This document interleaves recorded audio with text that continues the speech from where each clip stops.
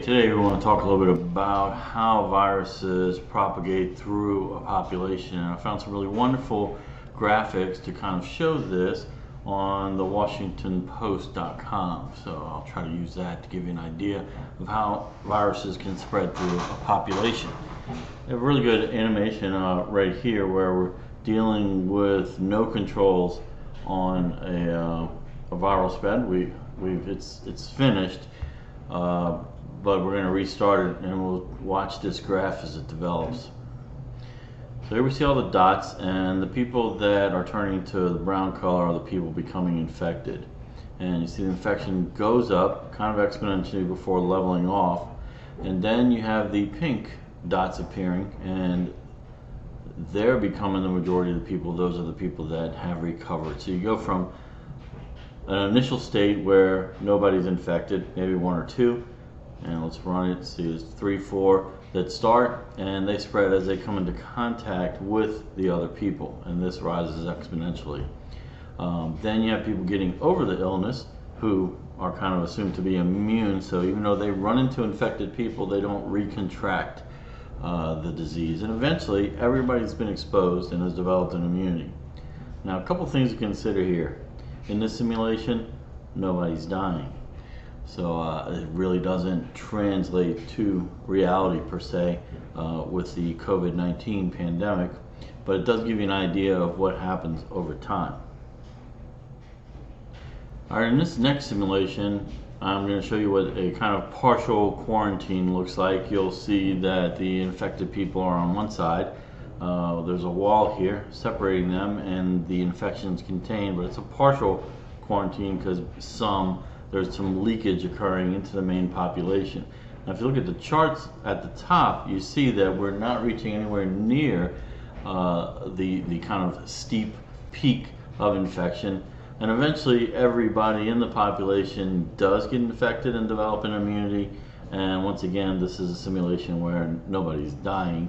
So as we run through it, what has happened here is the same outcome. Everyone eventually gets infected, everyone develops the immunity, but the curve is much more flattened. So if we're looking at it in terms of the healthcare industry and taking care of the people, this partial quarantine was an effective method to kind of slow down the infection. All right, in this next simulation, it's pretty interesting. It actually takes a look at social distancing. The parameters that are set up are that 75% of the population, 3/4, are practicing social distancing, so they're not moving and going about. There's still the possibility that somebody's going to come into contact with them that's infected, and let's take a look at the infection rate there. We start with one person infected, and then 2, and then we'll see that our infection rate is going to go up, but at a much slower pace than before.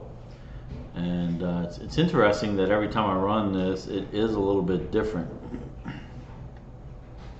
So people are getting infected still, people are developing immunity, but the curve is much lower than before, and this provides a really big benefit for the health system in an area because you're dealing with a smaller amount of sick people at any given time. Now, eventually, if we could run this long enough, you see now this time because of just the random factors, we're actually getting a little bit of a higher curve still with social distancing, and we're getting more people developing the immunity, but still, it's very clear that this has flattened the curve more than the quarantine, and definitely more than nothing being done at all. Looks like we got another higher infection rate this time, but it's already starting to level off now and then decreasing. So there's a certain randomness to these kind of simulations and computer estimates of what can happen. Alright, this final simulation I'm going to show you is a little more extensive social distancing, where only 1 in every 8 people is moving. So you'll see a lot more stationary objects, and we'll take a look at the curve that's produced.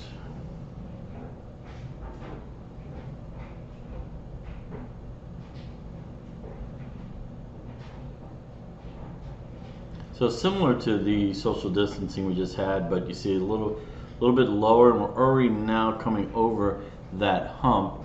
And the potential there is that there will actually be some people at the end that that may not become infected. Well, let's watch the dots and see how that actually looks. See some people develop an immunity.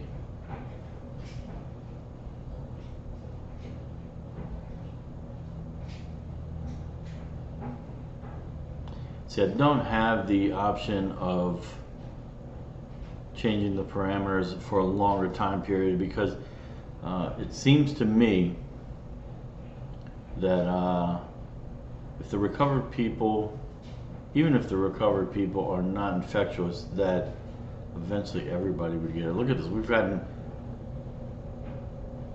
okay, that just answered the question. You see extreme social distancing here. We have ended up with only 3 people recovered and the rest of our population was cured. That's the first time I saw that. It's actually pretty interesting.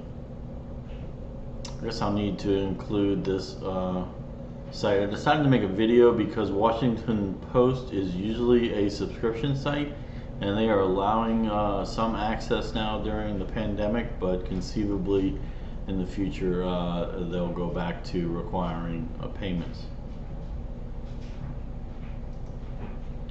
Alright, so that was a pretty interesting one, the one before that last one, where we only ended up with 3 people affected.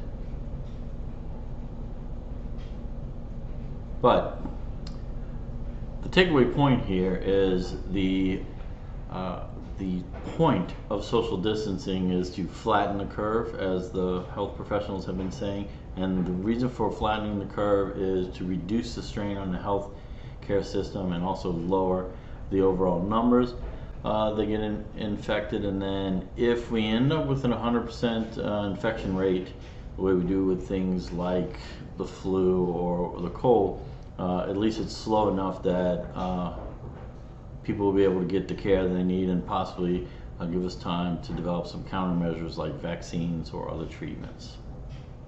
Alright, hopefully you enjoyed the video, and that explains what all this flattening the curve business is. Thanks for watching.